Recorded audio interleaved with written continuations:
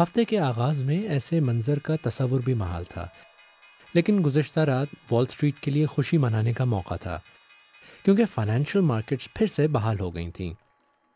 جیسے ہی Donald Trump نے اضافی ٹیرفز کے نفاذ کو 90 دن کے لیے مؤخر کرنے کا اعلان کیا تو شیئر مارکیٹس کی قیمتوں میں بڑا اضافہ دیکھنے میں آیا۔ ایشیا اور یورپ کی مارکیٹس میں بھی ایک ہنگامہ خیز ہفتے کے بعد بحالی کا آغاز ہوا۔ صدر ٹرمپ کی ایک پوسٹ نے دنیا کو اطمینان کا سانس لینے کا موقع فراہم کیا، جس میں انہوں نے جوابی ٹیرف کو 10% کرنے کا اعلان کیا۔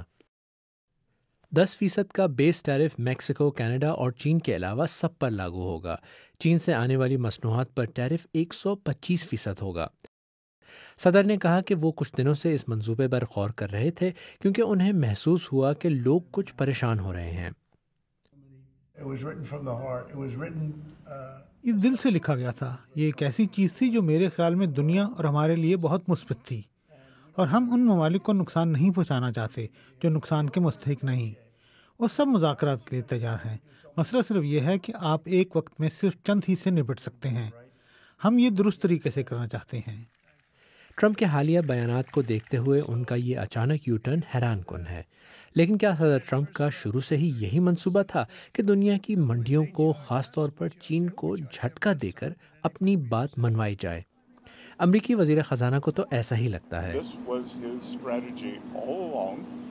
ابتدا سے ہی یہ ان کی حکمت عملی تھی، اور آپ کہہ سکتے ہیں کہ انہوں نے چین کو ایک کمزور پوزیشن میں دھکیل دیا۔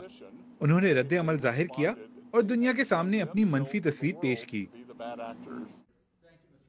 ڈونلڈ ٹرمپ کا اصرار ہے کہ وہ جو کچھ کر رہے ہیں ان کے پیش روؤں کو دہائیوں پہلے کرنا چاہیے تھا، امریکہ کے لیے ایک بہتر ڈیل کے لیے۔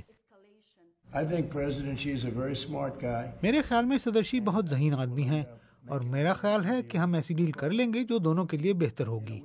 برسوں سے ہمارے ساتھ اچھا سلوک نہیں ہوا، اور ہم نے خود ہی اس کی اجازت دی۔ ان کا کہنا ہے کہ چین کے صدر بالآخر مذاکرات کی میز پر آ جائیں گے۔ وائٹ ہاؤس کا کہنا ہے کہ وہ کم از کم 75 ممالک کی جانب سے نئے تجارتی معاہدوں پر مذاکرات کی درخواستوں پر کام کر رہا ہے۔